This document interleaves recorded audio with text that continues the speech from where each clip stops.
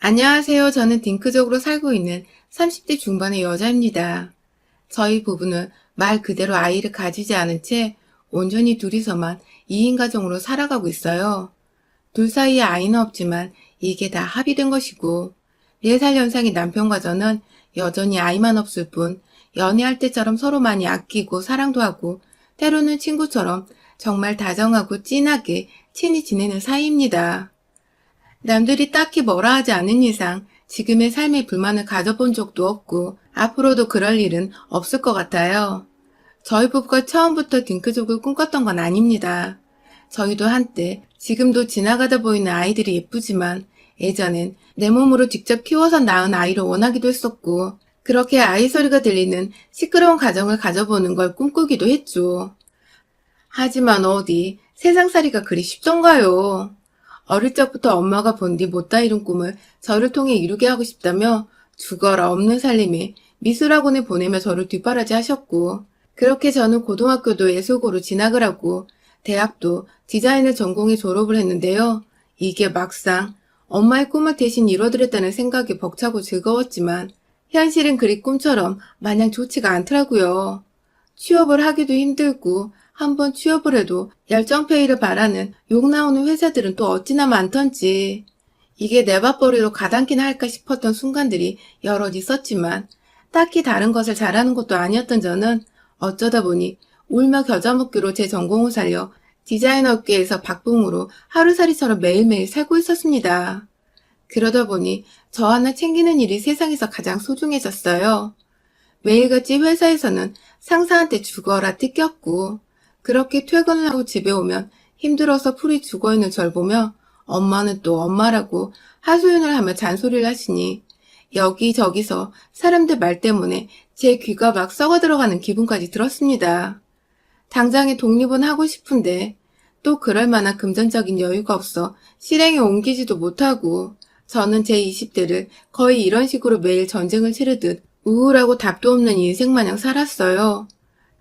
딱 그렇게 확 아무도 모르게 거품처럼 세상에서 사라져버렸으면 좋겠다 싶던 때에 지금의 남편을 만났습니다. 제가 퇴근을 하고도 집에 들어가기 싫다는 이유로 자주 동네에 있던 구리 도서관을 이용했었는데요. 거기서 저같이 직장인인 듯 양복을 입은 딱 한 사람이 더 있었는데 그게 바로 저희 남편이었어요. 그냥 모두 다 시험 공부를 하는 학생들이나 나이 드신 어른들이 앉아 계시는 풍경이었는데 그중 눈에 띄는 사람이라 저도 몇 번 쳐다봤었고 그러다가 둘이서 눈도 자주 마주쳤는데 거의 반년 정도는 서로 인사는커녕 말 한마디 나누지 않은 채 각자 할 일을 하고는 사라지곤 했죠. 저는 저대로 하루 종일 회사에서 지쳐버린 마음을 책으로 위로하고 있었고 나중에서야 연애를 하며 알게 된 건데 남편은 당시 회사를 다니면서 퇴근 후에 자격증 준비를 하고 있었다 하더라고요. 그렇게 저희는 공동부모도 없고 그냥 각자 할 일을 하려고 구립 도서관에 왔다가 6개월 정도 안면을 튼 후에야 제가 먼저 대시하면서 처음으로 대화란 걸 나눠봤습니다. 딱히 이 사람을 꼬셔야겠다는 마음은 아니었어요. 그냥 정말로 이 사람이 뭘 하는 사람인지가 궁금했어요. 그래서 그냥 도서관에 갈 때마다 남편도 와 있을라나 하는 은연중에 궁금증이 생기곤 했고 오래 보다 보니까 꼭 아는 사람이었던 것처럼 어느 순간부터 친근감이 느껴지기도 했어요. 그러다 보니 자연스레 말도 걸고 싶었고 이왕이면 한 동네에서 서로 알고 지내는 오빠 동생 사이가 되어보고 싶기도 했어요. 전혀 이성으로의 호감에서 비롯된 생각이 아니었는데 왜인지 평소와는 달리 이 남자한테 말 걸어보고 다가갈 용기가 생겼던 것이었죠. 이에 대해선 지금까지도 제 성격을 모조리 파악한 남편조차 무슨 용기로 자기한테 먼저 말을 걸었던 거냐고 놀라할 만큼 저희에겐 화제거리랍니다. 아무튼 저는 먼저 말을 걸었을 뿐인데 기다렸다는 듯이 남편은 저와 함께 커피를 마시고 싶었다는 예기치도 못한 말을 꺼낸 바람에 제가 잠시 얼굴이 붉혀지기도 했었고요. 그간 자신도 저를 보고 있었으며 정장을 입었는데 퇴근 후 독서를 하러 오는 건지 아니면 자신처럼 무언가 공부를 하고 있는 건지가 궁금했다며 속사포처럼 말을 쏟아내던 남편의 모습에 저는 이런 사람인 줄 몰랐다며 속으로 손사래를 치기도 했죠. 정말 이 사람과는 동네 오빠 동생으로 지내면 정말 재밌겠다라는 생각으로 처음 말을 나누고서도 반년 정도는 정말 그렇게 친한 동네에 아는 사람으로만 지냈습니다.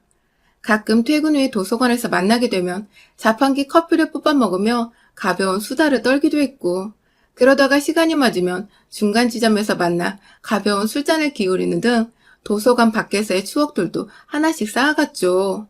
그렇게 얼굴을 알게 되었고 말을 나누게 된 지 딱 1년이 되던 해에 남편이 제게 연애를 하자는 수줍은 고백을 했고, 저는 딱히 고민할 것도 없이 당신이랑은 한 번쯤 연애를 해봐도 괜찮겠다는 무심한 대답과 함께 이 사람의 여자친구가 되었어요. 저희는 연애를 5년 정도 했습니다. 부담 없이 사귀게 된 커플치고는 연애를 꽤 오래 하고서 결혼까지 어찌 꼬리를 해버린 기적 같은 커플이었어요. 둘 다 각자의 가정이 그리 여유가 있는 편도 아니었고, 남편은 남편대로 직장에서 살아남겠다고 이것저것 자격증 공부에 승진시험 준비로 늘 바쁘던 사람이었죠. 저는 또 저대로 당장의 경제적인 여유조차 없는데 무작정 결혼을 해버리면 진짜로 저 개인한테 쓸 수 있는 돈은 앞으로 평생 없을 수도 있겠다는 생각이 들어서 은연중에 결혼만큼은 피하고 싶었습니다. 제 눈에도 남편이 그리 여유가 있어 보이질 않았기 때문에 기대고 싶다는 생각은 애초에 할 수가 없었죠. 하지만 저희가 연애를 길게 하는 동안 그래도 하나 얻은 것이 있다면 서로에 대한 신뢰의 마음이었습니다. 무슨 일이 있더라도 내 옆에 있어줄 사람이란 생각은 늘 변함없이 들었죠. 각자가 서로의 집에서 힘들어하던 터에 둘이서 만나면 뭐가 그리 즐거운지 늘 조금씩 숨이 트이는 기분이었어요. 이대로라면 식구를 늘리고 말고의 문제를 고민하기 이전에 딱 둘이서 단촐한 가정을 이루고 평생 살아도 좋겠다는 마음이 서서히 들어버렸죠. 그러다가 여유가 생기면 아이를 가지면 그만이었고요. 그렇게 어쩌다가 없는 사정 쪼개서 결혼까지 했는데 살림이 나아지기는커녕 어째 전보다 더 바쁘게 살게 된 것 같았어요. 똑같이 퇴근 후에도 늘 무언가를 하면서 불확실한 미래를 준비하는데 정신이 없었고, 하나에서 둘로 식구가 늘어나니 자연스레 둘이서 번갈아가며 살림살이를 도맡아 하고 정리를 해야 했어요. 돈을 모으다 보니 이대로면 자식을 낳아도 애 키우는데 쓰일 돈을 감당하기 힘들겠다 싶은 것이 점점 아이를 낳는 것도 부담스러워졌고, 그러다 보니 결국 저희는 요즘 젊은 사람들 중에 많이 생긴다는 그 딩크족이 되어버렸습니다. 아이를 안 가지겠다고 작정을 하고 주변 가족들에게 선전포고를 했어요. 사실 그간 경제적인 도움 1도 주지 않으면서 아이는 언제 가질 거냐고, 아이가 있어야 진정한 부부라는 등의 참견을 하는 주변 어른들이 정말 많으셨는데요. 이게 저한테는 말 못할 스트레스였는데, 딩크족을 선포하면서는 다소 기가 막히다는 듯 저를 외계인 마냥 이해하지 못하겠다며 반항하는 분들이 대부분이었지만, 어찌되었든 아이를 낳으라는 소리는 쏙 들어가 버렸죠. 다만 그중 딱 한 사람은 정말 한결같았습니다. 저희 시어머니 말입니다. 연애를 1, 2년도 아닌 5년이나 했던 터라 어쩌다 보니 시어머니와도 결혼 전부터 얼굴을 트고 지냈습니다. 게다가 한 동네에 살다 보니 의도치 않게 오다 가다 만나게 되는 일들도 빈번했었고요. 친정엄마를 도와서 장을 몇 번 보러 간 적도 있었는데 어쩌다 시어머니를 마주치게 되면 어머니는 꼭 저한테 "너 같은 딸이 있었으면 좋겠어" 하면서 제 팔짱을 낀 채 절 너무 사랑스럽다는 식으로 바라봐 주셨어요. 아들이 둘 있는 분이셔서 그런지 정말 혼자 매번 장을 보러 다니시는 게 그럴 수도 있으시겠다 싶었죠. 그렇다고 제가 진짜로 시어머니 딸이 되어줄 건 아니었기에 대충 애두르며 "아, 감사합니다" 하면서 말을 흐리고는 넘겼습니다. 그런데 결혼을 하고 나니 시어머니의 저를 향한 관심이 부쩍이나 늘어났어요. 결혼식장에서부터 "너가 결국 내 딸이 될 줄 알았어" 라는 아찔한 소리를 하신 것과 동시에 결혼 후에 지금까지 매일같이 저를 불러대시는데 제가 아주 제명에 못 살 정도라니까요. 결혼 초에 다른 집들처럼 아주 뻔한 스토리로 시어머니 짓을 하셨어요. 딸 같아서 예쁜데 전화를 자주 안 해서 속이 상한다며 전화를 좀 자주 하라는 훈계로 몇 번씩이나 출근해서 바빠 죽겠는데 전화를 하곤 하셨죠. 왜 내 엄마도 아닌데 남편이 아닌 며느리인 내가 먼저 나서서 연락을 드려야 하나 싶어서 처음에는 빈정이 상하기도 했지만 제가 아랫사람이니 이왕이면 먼저 연락을 드리고 문제를 삼지 말자는 마음으로 몇 년간 안부 인사도 꼬박꼬박 챙겨드렸고요. 그러다가 빈도수가 낮다고 하도 보채고 신경질 내시는 바람에 제가 결국 뚜껑이 열려서는 그 안부 어머님 아들한테 앞으로 하라고 할게요 하고 전화를 딱 끊었죠. 그날 남편을 붙잡아 한바탕 화를 내면서 네 부모는 네가 챙기고 내 부모는 내가 챙기자고 각자 효도는 알아서 하자고 딱 선을 그어버렸고 제 말에 동의한 남편이 그 다음날부터 시어머니께 정말 안부 전화를 드렸는데 우리 시어머니는 몇 년간 저한테 안부 전화를 받아놓으시고는 남편의 전화는 딱 하루 받아놓고는 이제부터 아들 힘들 거라며 그만 전화를 하라고 했다더군요. 네, 그러니까 그 몇 년간 안부 전화 타령을 해대며 저를 닥달하셨던 시어머니는 저를 길들이시려고 반기지도 않으면서 제 전화를 매일같이 기다렸었던 것입니다. 알고는 있었지만 이렇게 단번에 자기 아들 안부 전화는 그만해도 된다고 정리를 하시는 시어머니를 보니 열이 받을 때도 받았지만 애써 쓰는 숨을 쥐어 보이며 참았죠. 해마다 김장철이 되면 김장한다고 불러내는 것도 당연한 일이었고요. 같은 직장인이고 같이 돈 모아서 밥 먹고 사는 부부인데 자기 아들은 힘드니까 아들한테는 말하지 말고 혼자 오라는 경우도 다반사였어요. 그 소리를 옆에서 남편이 듣고는 어떻게 그러냐고 본인이 자처해서 저를 따라 쫄래쫄래 시댁에 갔더니 시어머니는 그걸 또 보고서 왜 자기 말을 잘 안 듣냐고 저한테 따져 물으시곤 하셨죠. 그래서 제가 저도 직장을 다니고 저도 힘든데 왜 어머님 아들만 힘드실 거라고 생각을 하냐며 식구들 다 김장하고 있는 그 자리에서 폭탄선언을 하듯 말을 꺼내니 어머님은 동네 어머님들 사이에서 눈치가 보이셨는지 그제서야 내가 언제 그랬어? 네 생각도 했지 하며 괜히 어색한 웃음을 지어 보이곤 하셨어요. 그 후로도 제가 꾸준히 남편을 데리고 김장하러 가고 남편도 김장하며 오히려 저보다 곱절로 배추를 더 열심히 담그는 바람에 시어머니가 아들 몸 상한다고 또 그만 부르기 시작하셨고요. 그리고 가장 할 말이 많은 제사. 시집을 가니 이제 저는 자신한테 딸이나 다름없다면서 내 딸이 조상한테 정성스레 제사를 지내주면 다들 너무 좋아하실 거라고 제 손을 꼭 잡고는 단둘이서만 부엌으로 들어가시더라고요. 이 집안 남자들, 그러니까 진짜 그날 제사를 지낸 조상들의 후손들은 밖에 가만히 내버려두고 말입니다. 결혼을 이런 관례들과 며느리로서 여자가 당연스레 해야 하는 일들을 감당해내기 싫어서 결혼이 싫기도 했었던 건데 아니나 다를까 결혼을 하고 나니 이런 자질구레한 노동까지 강요를 받게 되더라고요. 결혼하고 첫 해부터 이 결혼이 진짜 맞았던 걸까? 하면서 괜한 의구심도 들고 별의별 생각도 다 드는데 그때 또 혜성처럼 우리 남편이 나타났어요. 어머니가 아무도 들어오지 말라는 식으로 딸 같은 며느리인 저 하나만 딱 데리고 들어가 버린 그 부엌안을 마치 거대한 전선의 경계물을 허물어버리고 들어오는 헐크마냥 그 사람이 진짜 너무 멋지고 듬직했었죠. 남편은 부엌으로 들어오자마자 일거리들을 한눈으로 쫙 스캔을 하고서는 이걸 어떻게 여자 둘이서 해결하려고 하냐며 저를 보며 은연중에 귀여운 윙크를 날리곤 자기가 두 팔을 걷어 본격적으로 일을 시작하더라고요. 어머님이 옆에서 아구아구 하지 마라 하면서 아들 일하는 거 보기 싫다고 죽는 소리를 해대고 있는데도 눈치 밥 말아먹고 저를 도와주겠다고 나서서는 결국 아버님까지 부엌에 들어오게 한 남편. 진짜 제게는 구세주 같은 사람이었어요. 이건 뭐 이쯤 되니 남편 좀만 고생시키면 웬만한 시집살이는 다 해결이 되겠더라고요. 하지만 딱 하나 남편도 나서지 못하는 게 있었습니다. 바로 아이에 대한 잔소리였죠. 시어머니는 저희 부부가 아이를 낳기 원치 않는다고 분명히 말씀을 드렸는데도 불구하고 남편이 없을 때 제 옆에 와 꼭 조용히 말을 꺼내셨어요. 딸 같아서 하는 말인데 늙으면 후회할 거라고. 그러니까 지금 당장이라도 자식을 빨리 낳으라고 말이죠. 처음엔 이런 식으로 진심으로 절 걱정하듯이 말을 하셨어요. 딸 같아서, 딸 같아서, 그놈의 딸 같아서라는 말씀을 반복하시며 진심으로 딸 같으니 우려가 된다며 본인 손주 보는 걸 원한다 타이르셨죠. 어머님께서도 처음에 적응하는데 시간이 걸릴 거라 생각해서 애초부터 저희 부부를 이해하실 거라 기대하지 않았습니다. 그래서 시간을 갖고 천천히 어른들을 설득하려고 했죠. 하지만 무언가 조급하신지 어머님은 늘 저를 볼 때마다 자식 얘기를 하셨고 급기야는 말하는 정도가 좀 심해지셨는데요. 퇴근 후 저를 따로 부르셔서 집에서 자식 낳으라 훈계를 두시는 건 기본이었고 하다 저번에 제 직장 앞까지 찾아와서는 예약한 산부인과에 가자며 저를 막 잡아당겨 끌고 가실 뻔한 적도 있었어요.